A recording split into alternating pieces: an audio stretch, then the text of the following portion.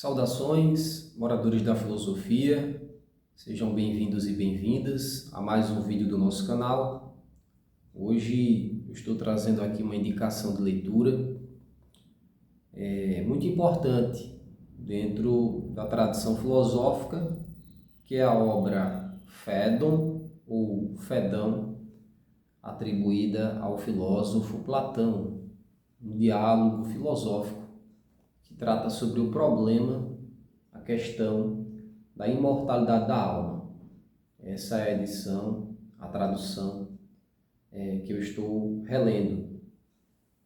Digo relendo porque a primeira vez que eu tive contato com o Fédon foi inclusive depois que eu terminei o mestrado. Tem um professor que eu tenho grande admiração, que é o professor Marcos Figueira da Silva, aqui da Universidade Federal do Rio Grande do Norte. Paguei muitas disciplinas com ele, disciplinas obrigatórias, disciplinas optativas, e ele estuda filosofia antiga, vários cursos sobre Platão. Ele é um estudioso do pensamento de Epicuro. Também tive a oportunidade de estudar com ele as cartas morais a Lucílio, pelo menos aquelas primeiras cartas do filósofo Sêneca, endereçada a Lucílio. Então eu fiz essa releitura, estou fazendo essa releitura agora, mas a primeira vez que eu li foi uma leitura dirigida, acompanhada, com a supervisão do professor Marcos Figueira, que leciona há muito tempo na UFRN, é um pesquisador, é um estudioso. Beleza. O que é que nós precisamos saber rapidamente sobre o Fédon ou sobre o Fedão? Primeiro, está tratando dos momentos finais na vida de Sócrates, um pensador que é um divisor de águas na história da filosofia. É tanto que a tradição coloca como filósofos pré-socráticos e pós-socráticos. Alguém que não escreveu nada, que a história diz ter sido filho de uma parteira e de um escultor, mas que, devido um dos seus amigos ter ido consultado o oráculo na cidade de Delfos, e esse oráculo ter dito que o homem mais sábio era Sócrates, Sócrates não acreditou nessa informação e saiu questionando porque seria ele o homem mais sábio. E ele percebe que ele é o mais sábio porque reconhece a própria ignorância, enquanto os demais são tolos porque desconhecem a própria ignorância e julgam saber. Por isso que ele utiliza daquela ironia do só sei que nada sei.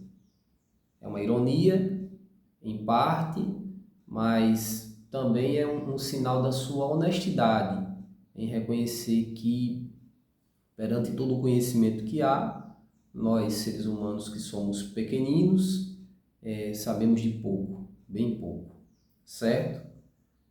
Mas Sócrates, como alguns de vocês sabem, foi condenado por impiedade, por corrupção da juventude, por aqueles três sujeitos, o Ânito, o Meleto e o Licão, e ele é submetido à democracia grega, e a maioria dos cidadãos gregos, que eram homens, maiores de idade, atenienses, votam pela sua condenação, e em vez de escolher ser exilado, deixar Atenas ou não poder filosofar, Sócrates prefere morrer, porque para ele, como relata Platão, uma vida irrefletida não vale a pena ser vivida. E esse trechinho você vai encontrar em outro texto de Platão, que foi discípulo de Sócrates, na Apologia de Sócrates. E aqui, no Fédon, nosso amigo Sócrates vai dialogar com uma tradição que é a tradição pitagórica. vai ter dois indivíduos que fazem parte, né, da perspectiva filosófica, mística do pitagorismo, que é o Simmias e o Cebes. Então vai ter toda uma reflexão. Será que há vida após a morte? Se a vida continua, será que existe a transmigração da alma, a mente e psicose? Depois da morte, a morte é a mesma coisa para os justos, para os injustos, entende? Então, Platão pega um problema, dialoga sobre esse problema da alma, da imortalidade da alma, com indivíduos de uma tradição filosófica, que são os pitagóricos, que tinham uma influência órfica. Se você não sabe o que é o orfismo, dê uma pesquisada. E assim ele vai tecer todo o diálogo, colocando em prática o seu princípio da dialética, compreende? Então, é extremamente rico ler um diálogo de Platão, eu sempre indico, principalmente esse que faz parte do debate e da reflexão metafísica, bem no sentido da expressão aristotélica de ta metafísica, daquilo que vem para além da física, daquilo que está para além dos sentidos, da visão, do olfato, do tato, do paladar, da audição, como uma questão assim tão abstrata e espiritual, como a imortalidade da alma, a transmigração, a metempsicose. O termo correto não é reencarnação, mas transmigração. E a perspectiva ética também. Será que, se existe vida após a morte, o justo tem o mesmo fim que o injusto? Ou há uma finalidade, um julgamento, algo que o valha diferente? Tá bom? Então deixo aí como indicação de leitura o Fédon, ou Fedão, que trata sobre a imortalidade da alma. Em especial, vocês leiam a introdução do nosso professor aqui, o Gabriele Cornelli, que ele tenta deixar a discussão do Fédon dentro da perspectiva helenística, dos gregos, ok? Porque ali na Idade Média, a partir da Idade Média, o cristianismo faz uma leitura do Fédon, certo?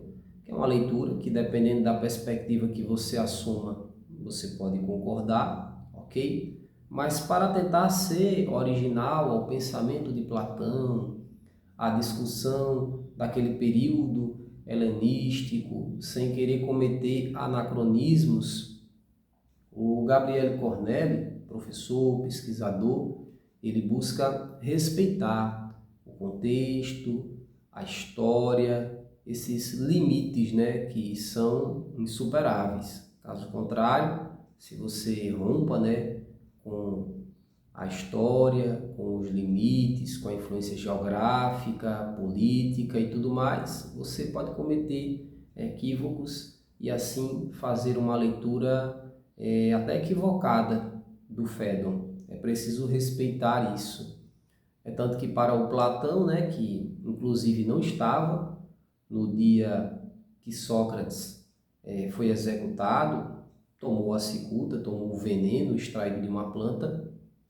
Para Platão, existe a opinião falsa, a pseudodoxa, e existe a opinião verdadeira, a ortodoxa, ou a doxa aletés, certo? Então, aqueles que buscam a verdade devem estar pelo menos na doxa aletés ou na ortodoxa para encontrar a verdade.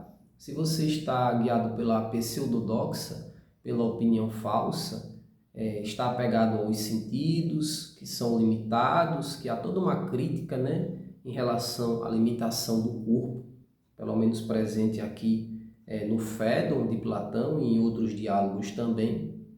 Isso vai gerar pessoas, filósofos, né, pensadores que seguem essa linha e pensadores que criticam essa linha. É interessante, é tanto que o Alfred North Whitehead diz que toda filosofia não é mais do que notas de rodapé à filosofia de Platão e Aristóteles. porque esses filósofos, eles trabalharam determinados problemas, determinadas questões, que aqueles que analisam esses problemas, essas questões, ou são a favor e dão continuidade, ou são contra e rebatem e criticam, e essa é a grande riqueza da filosofia, pluralismo de ideias. Beleza? Uma excelente leitura para vocês.